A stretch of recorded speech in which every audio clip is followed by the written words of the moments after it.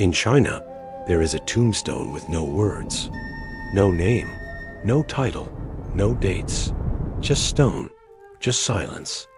It has stood that way for 1,300 years, and the woman buried beneath it ruled the most powerful empire on earth.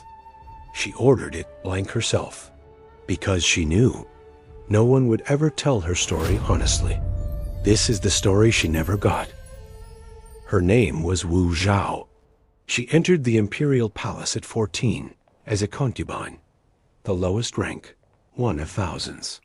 She was given laundry duties. No one looked at her twice. But she watched, she listened, she learned. And in a court built entirely to erase women like her, she was already planning something no one thought possible. The emperor who owned her was Tang, one of the greatest rulers China ever produced. Brilliant, ruthless, untouchable. He barely noticed Wu Zhao existed, but his son did. Crown Prince Li Zi was everything his father was not: gentle, uncertain, easily swayed. And Wu Zhao, still a teenager, understood exactly what that meant. She chose her moment carefully. She always did. When Tang died in 649, Wu Zhao lost everything. Imperial law was absolute. Concubines of a dead emperor could never remarry. They were sent to temples, heads shaved, lives over. Wu Zhao was 25 years old. She walked into that temple, knowing she would never walk out. Except she had already made sure she would. The new emperor came to pray, and Wu Zhao was waiting. The new emperor was Li Zi, now called Gaozong. He remembered Wu Zhao. He came back for her. And she, who should have spent her life in silence and prayer, walked back through the palace gates as his favorite concubine. The court was horrified. A concubine of the father, taken by the son. It was taboo. It was scandalous. It was exactly what Wu Zhao needed, because now everyone was watching her. But getting back inside the palace was just the beginning. Above Wu Zhao stood Empress Wang, the true wife, untouchable by rank, and consort Zhao, the emperor's favorite, untouchable by love. Two women, two walls between everything Wu Zhao wanted. Within 3 years, both of them were gone. One was framed, one was destroyed, and the method Wu Zhao used was so cold, so precise, that historians are still arguing about it today.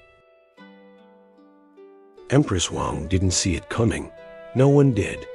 In 654, Wu Zhao gave birth to a baby girl.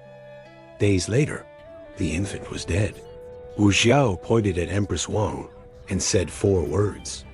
She was here first. The emperor believed her instantly, whether Wu Zhao killed her own daughter to frame a rival. No one has ever been able to prove, and that uncertainty is the most terrifying thing about her. Empress Wang was stripped of her title. Consort Zhao removed. Both were locked in a windowless room inside the palace walls. The emperor visited them once. He found them thin, broken, barely alive, and felt something close to mercy. Wu Zhao found out he had visited. That same night, she ordered both women's hands and feet cut off. They were drowned in a wine vat. She called it justice. In 655, Wu Zhao became empress, the highest title a woman could hold in imperial China. But she had already discovered something important. The title meant nothing without the power behind it. Emperor Gaozong was kind. He was devoted to her. He was also chronically ill, increasingly blind, and completely dependent on her judgment. So Wu Zhao did what she always did. She made herself indispensable. Then she made herself irreplaceable. Behind a bamboo curtain, she ran the empire. Imperial protocol forbade women from sitting in open court. So Wu Zhao sat behind a screen, technically invisible. actually omnipresent. Every decree passed through her. Every appointment needed her approval. Every general who won a war, she had chosen him. For 23 years, Gaozong's name was on the throne. Wu Zhao's hands were on everything else. She didn't just hold power, she reshaped it. Wu Zhao opened the imperial examination to men of all classes. For the first time in Chinese history, a farmer's son could become a minister. She cut taxes on peasants, reduced the military budget, promoted officials based on ability, not bloodline. The aristocracy hated her for it. The people did not. And Wu Zhao always understood which one mattered more. When Gaozong died in 683, Wu Zhao became Empress Dowager. Technically, a title of mourning, of retirement. She was 59 years old. She placed her son on the throne. He lasted 6 weeks. He tried to appoint his wife's father as chief minister. Wu Zhao had him removed before the appointment was official. Then she placed her second son on the throne. He never left his quarters. She was done with intermediaries. In 690, Wu Zhao did something no one in 3,000 years had done. She didn't rule through a son. She didn't rule through a husband. She abolished the Tang dynasty entirely, declared herself emperor, not empress, not regent, not dowager, emperor. She was 65 years old, and she had just become a god. She renamed the capital, Sacred Capital. She created new Chinese characters, designed by her, for her dynasty. 10 to 30 symbols, rewriting the language itself. She elevated Buddhism above Confucianism, because Buddhist texts, unlike Confucian ones, didn't say women were forbidden from ruling. She didn't just take the throne. She rewrote the philosophical framework. That said, she was never supposed to sit on it. But power at that scale requires terror. Wu Zhao built a secret police. Anonymous denunciations were encouraged, rewarded. Suspects were arrested before charges were filed. Confessions were extracted by any means necessary. Members of the Tang royal family, imprisoned, exiled, executed. Her own relatives, if they threatened her position, disappeared. The court learned one rule very quickly. Loyalty to Wu Zhao was survival. Everything else was treason. And yet, the empire worked. Trade expanded.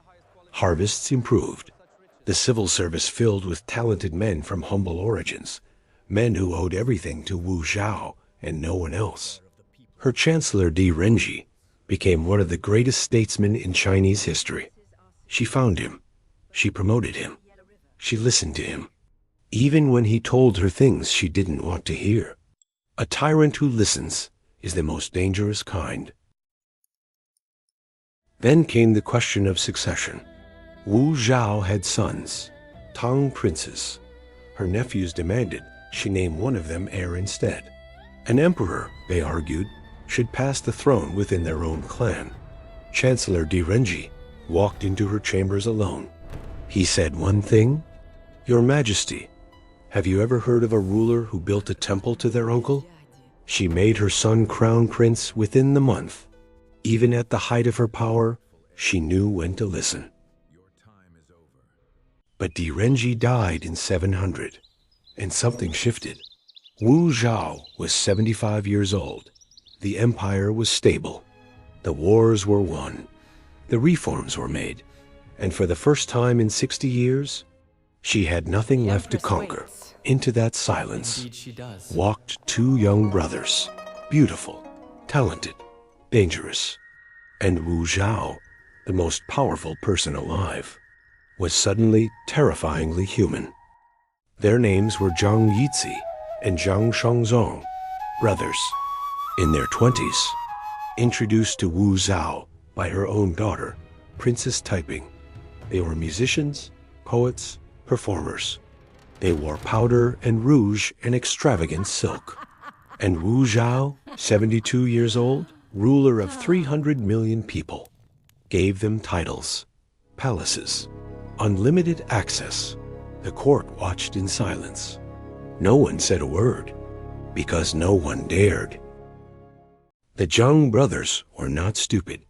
They understood exactly what they were, and exactly how long it would last. So they moved quickly. Ministers who insulted them were accused of treason. Officials who blocked their promotions were exiled. They fabricated charges. They suborned perjury. They turned Wu Zhao's court into an instrument of personal revenge. And Wu Zhao, who had built that instrument, let them use it. In 701, Wei Zhao's own grandson spoke out. Prince Li Chongrun discussed the Zhang brothers privately with his sister and her husband. The conversation was leaked. Zhang Yizi reported it to the Empress personally. Wu Zhao ordered all three to commit suicide. Her grandson, her granddaughter, her granddaughter's husband. She didn't waver. She didn't hesitate. The woman who had survived everything was now destroying the people who had survived with her. By winter 704, Wu Zhao was gravely ill. She couldn't leave her chambers. Only the Zhang brothers were allowed inside. Not her sons, not her chancellors, the brothers. The court began to whisper. Were they planning to take the throne themselves? The chancellors made a decision. They would not wait to find out. On the night of February 20th, 705, they moved. The Zhang brothers were killed before dawn. Their heads displayed at Tianjin Bridge for all the city to see. Then the chancellors walked into Wu Zhao's chambers. She was 80 years old, alone, dying. They told her the brothers had been executed for treason. Then they told her to hand over the throne. She looked at them for a long moment, and she did, not because she had to, because she understood. It was over. Wu Zetian died 9 months later, December 16th, 705. She was 81 years old. She had ruled China in one form or another for half a century. She had opened power to those who were born without it. She had destroyed everyone who threatened it. She had rewritten the language, the philosophy, the very idea of who could be emperor. And then she left one final instruction. Leave the stone blank. Judge me yourself.